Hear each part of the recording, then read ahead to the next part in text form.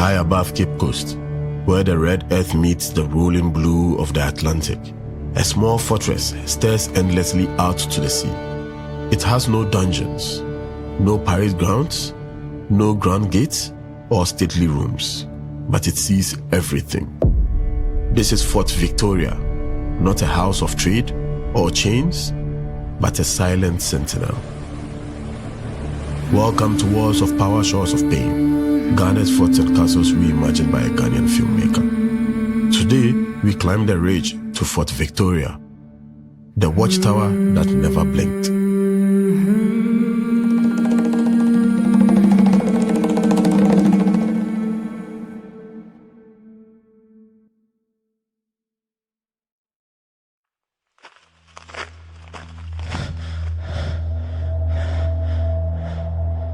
Perched on a low hill east of the Cape Coast Castle, Fort Victoria feels almost like an afterthought, modest, square, and open to the sky. But in its stillness lies power.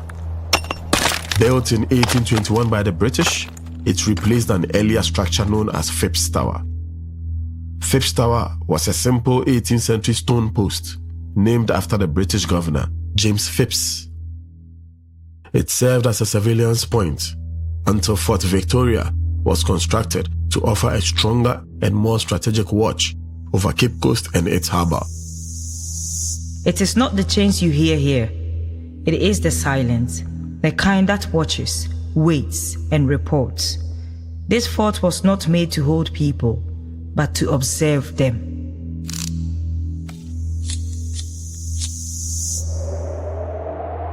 From Fort Victoria, the view is endless.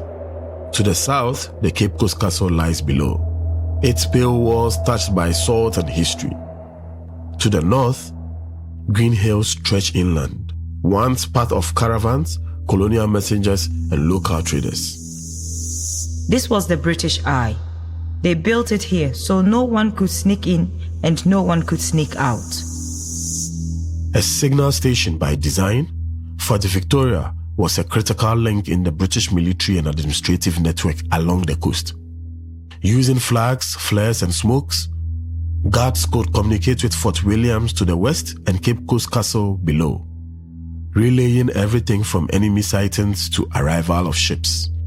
Its walls are low and thick, made of laterite stone, a rusty red that turns almost golden in the evening sun. A circular watchtower rises at the center, where soldiers once stood with telescopes and muskets. There are no cells here, only storage chambers and a small shelter for guards. But the whole structure whispers of surveillance. Fort Victoria was one of the 3 elevated forts that circles the Cape Coast Township, along with Fort William and Fort McCarthy, forming a triangulated defense and communication system. Where Cape Coast Castle bore the weight of trade and resistance, Fort Victoria was the eye of power, tracking movements inland, spotting unrest, and safeguarding British interests. But not all who passed under its watch were unaware. My grandfather told me that the people used to call this place Abriwa Eban, the old woman's fort, because it always watched with vigilance but never spoke. A legend rooted in oral history tells of a female lookout, an enslaved woman who, after gaining her freedom, became a loyal scout for the British, using her knowledge of the terrain to warn them of local rebellion. Some say her spirit still paces the platform at dawn.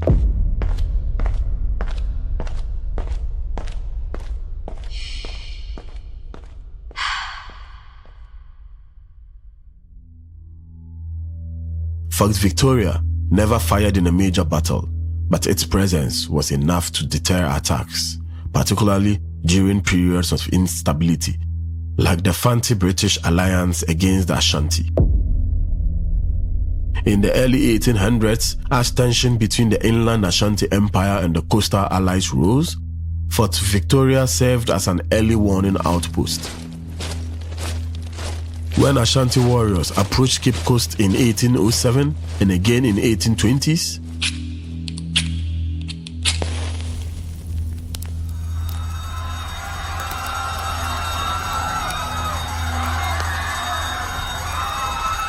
Signal fires from Fort Victoria helped trigger alarm bells in the castle below. They didn't have phones. They had fire, flags, and mirrors.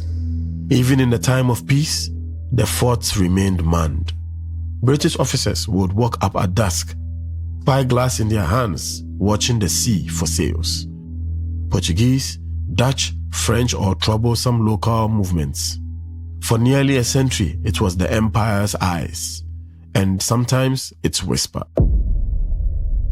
After the abolition of the slave trade in the 19th century, Fort Victoria's role shifted further into administrative security. It watched not for rebellions alone, but for smuggling, illegal trade, and political unrest. During the 1900s, it was still manned by the British troops and African auxiliaries,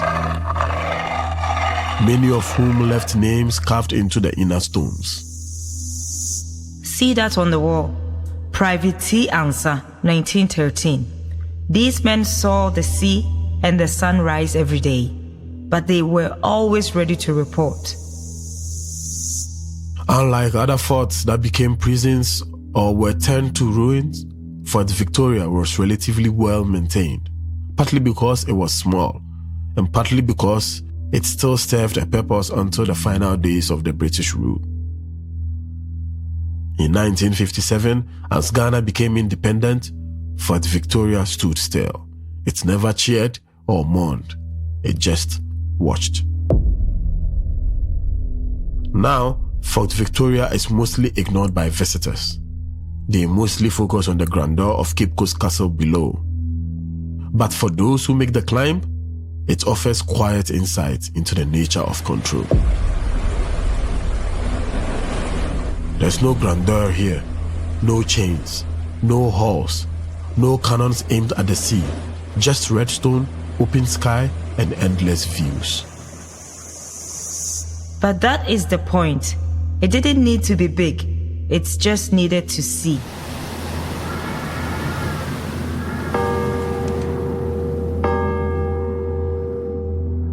At sunset, the platform glows with golden light. The view becomes haunting. The castle below still bears the scars of slavery. The sea beyond holds the ghost of ships. Fort Victoria never held chains, but it held the keys to sight, and sight was power. From this modest tower, empires were protected, and freedom was watched. Follow us for the next story as we travel once again to the Elmina Township. This time to the oldest European building in sub-Saharan Africa. Spanning over 35,000 square meters, we will explore Elmina Castle, whose dungeons could hold about 600 captives at once. This has been Walls of Power, Shores of Pain, Ghana's forts and castles reimagined by a Ghanaian filmmaker.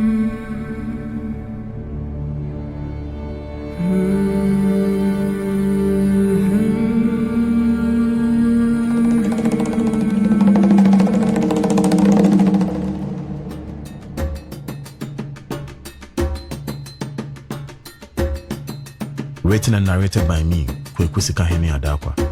Tour guide's voice was played by Wusua. This series was fact-checked in consultation with Samalakwa of Ghana Museums and Monuments Board. Sound score and design by 801 Studios.